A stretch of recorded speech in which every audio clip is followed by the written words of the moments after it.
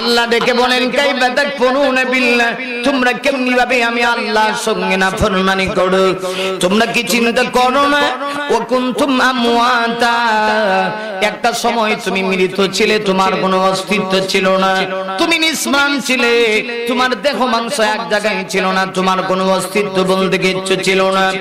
আমার বায়ান লক্ষ্য করে দেখুন এই আয়াতের ব্যাখ্যা তাফসীরে কারকগণ লিখেছে কেমনি ভাবে মহান আল্লাহ নিষ্প্রাণ জিনিসটার মধ্যে প্রাণ দিলেন।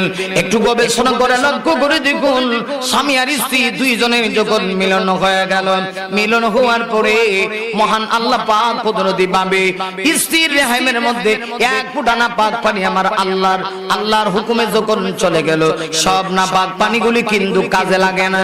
আল্লাহ পাকের পক্ষ থেকে যে নাপাক ফোঁটাটা কাজে লাগবে সেইটা দিয়ে কিন্তু সন্তান সৃষ্টি হয়।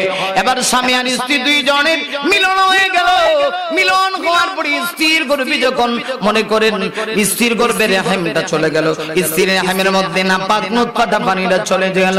চলে যাওয়ার পরে ফেরেশতারা মহান আল্লাহ পাককে প্রশ্ন করে, ওগো মালিক, এই নাপাক পানিটা কি কাজে লাগাবো নাকি? মহান আল্লাহ যদি অর্ডার করে হ্যাঁ কাজে লাগাও, ফেরেশতারা সাথে সাথে ওই নাপাক পানিটা কাজে লাগায় দেয়। এবার ফেরেশতারা আল্লাহকে জিজ্ঞাসা করি, ওগো মালিক, নাপাক ফোঁটা পানি কাজে লাগাবো, আল্লাহ ছেলে বানাবো না মেয়ে বানাবো? এবার আল্লাহ অর্ডার করে মনে করেন ছেলে বানাও, হ্যাঁ ছেলে বানাবো। আল্লাহ ছেলে যদি বানাই হাত কয়টা দিব? হাতের আঙ্গুলগুলি বেশি হবে না কম হবে? 10টা আঙ্গুল দিব নাকি বানায় দিব নাকি একটু কমায় দিব? আল্লাহ পাগুলি কি ঠিকঠাক করে দিব কিনা? আল্লাহ চেহারাটা কি সুন্দর করে দিব কিনা? আল্লাহ নাকি একটু এদিক সেদিক করে দিব? আমার পানের বায়রা এমনি অবস্থায় মহান আল্লাহ এত দয়ালু, ফেরেশতারা বারবার যখন প্রশ্ন করে আমার আল্লাহ এক পর্যায়ে বলেন, ও ফেরেশতারা এত প্রশ্ন করার কোনো দরকার নাই, এত প্রশ্ন করতে হবে না। আমি আল্লাহ আমার বান্দা সৃষ্টি করার 50,000 বছর আগে লৌহে মাহফুজের ভিতরে আমি আল্লাহ আমার বান্দার মেপে রেখেছি। ওই লৌহে মাহফুজের দিকে একটু লক্ষ্য করো, মেপের দিকে তাকায় তাকায় বান্দার সেখানে যা লাগানো দরকার সেখানে তোমরা তা লাগায়া দাও। আল্লাহু আকবার, জোরে বলেন আল্লাহু আকবার, আল্লাহু আকবার।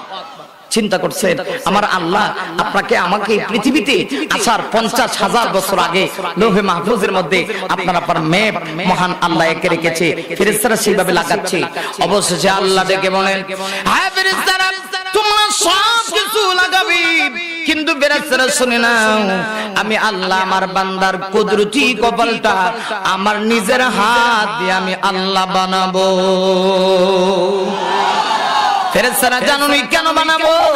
আমার দিয়ে এই কুদরতি কপাল দিয়ে বান্দা আমি আল্লাহর সামনে সিজদা দিবে, আমার সামনে মাথা নত করবে বান্দা, আমি আল্লাহর কুদরতি পায়ে সিজদা দিয়ে বলবে সুবহান রাব্বিয়াল আলা, সুবহান রাব্বিয়াল আলা, সুবহান রাব্বিয়াল আলা। আমার ভাইরা চিন্তা করে দেখুন, মহান আল্লাহ আপনারা মা কি কুদরতি কপাল তার নিজের হাত দিয়ে আল্লাহর কুদরতি হাত দিয়ে কপালটা বানায় দিল। দুঃখজনক হলে সত্য, এমন অনেক মানুষ আছে, নিমুখ হারামের দল আছে, যারা এই কপাল দিয়ে আবার পীরের সামনে সিজদা দেয়, পীরের সামনে মাথা নত করে পীরের সামনে গিয়া ছেলে চায়, খাজা বাবার দরবারে গিয়া ছেলে চায়। আমি আপনাদের কাছে জানতে চাই, বলুন তো দেখি ছেলে এবং মেয়ে দনের মালিক কে? আরো সুরে কে? আমার নিজের মন গড়া কথাগুলি বলতেছে নাকি না? আল্লাহ পবিত্র কোরআনের ভিতরে বলেন, লিল্লাহি মুলকুস সামাওয়াতি ওয়াল আরদি ইয়াখলুকু মা ইয়াশা।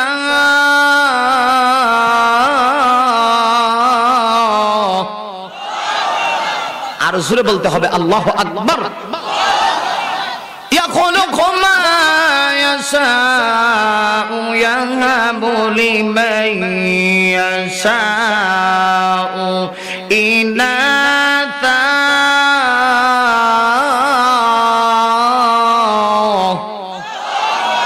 আল্লাহ পাক পবিত্র কোরআনের ভিতরে বলেন, আমি আল্লাহর জন্য আসমান আর জমিনের মালিকত্ব ঠিক কিনা?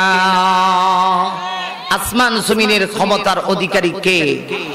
আরো জোরে, ইয়াখলুকু মা ইয়াশা, তিনি যা চান তা সৃষ্টি করেন। এবার আল্লাহ পাক বলছেন ইয়াহাবু লিমান ইয়াশাউ ইনাসা, আমি আল্লাহ যাকে চাই তাকে মেয়ে সন্তান দান করি। সুবহানাল্লাহ বলতে ইচ্ছা করলো না?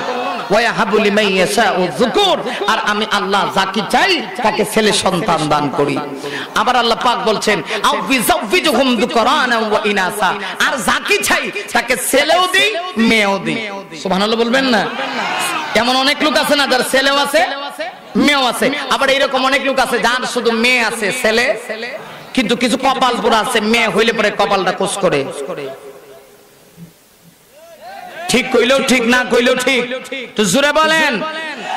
কিছু কপাল পোড়া আছে এই জমিনে যাদের মেয়ে হইলে পরে কপাল কোস করে। আমি আপনাদের কাছে জানতে চাই, মেয়ে কি আপনার স্ত্রী বানাইছে? কথা কন না কেন? আল্লাহ বানাইছেন, তাইলে তো দোষ দিতে হলে আল্লাহকে দেওয়া দরকার। আপনার স্ত্রীকে কেন দিবেন? এই অধিকার আপনাকে কে দিল? ঠিক কি না জোরে বলেন? এই পৃথিবীতে এমন অনেক কুলাঙ্গার স্বামী আছে যারা স্ত্রীর গর্ভ থেকে মেয়ে হইলে স্ত্রীকে ভালোবাসে না, ভালোবাসে না। মনে রাখবেন, মায়ের জাতি হলো সম্মানিত জাতি। ইসলাম মায়ের জাতির যে অধিকার দিয়েছে, যে সম্মান দিয়েছে, যে ইজ্জত দিয়েছে, পৃথিবীর আর কোন ধর্মে এমন অধিকার, এমন সম্মান দেওয়া হয় নাই। ঠিক কিনা? ইসলাম দিয়েছে মায়ের জাতির অধিকার। আল্লাহ রাসূল বলেছেন, কাহার যদি দুইটা কন্যা সন্তান হয় তার জন্য দুটি জান্নাত ওয়াজিব হয়ে গেছে। কিন্তু শর্ত আছে, আপনার কন্যা সন্তান হইলো এটা ডিস্কো বানায় রাস্তা পাঠাইবেন। এই আমার কথা আপনারা বুঝেননি নাকি? আপনার কন্যা সন্তান হইলো এটার ডিস্কো বানায়া বেপর্দা কইরা রাস্তায় পাঠায় দিবেন, তাহলে জান্নাতে যাবেন নাকি? না, তাকে পর্দার ভিতরে রাখতে হবে, ইসলামী শরিয়ার ভিতরে তাকে রাখতে হবে। আমার বোনের ভাইরা, আজকে দুঃখজনক হলো সত্য, আজকে কি বলবো, পর্দার ওয়াজ কি করব, আমাদের মতো একদল বক্তা বের হয়ে গেছে যারা বলতেছে পর্দা করা ফরজ, তবে মুখ খুলে রাখলেও পর্দা হবে। আচ্ছা, মুখ খুলে রাখলে যদি পর্দা হয়, তাহলে আর এই পর্দা করার লাভটা কি?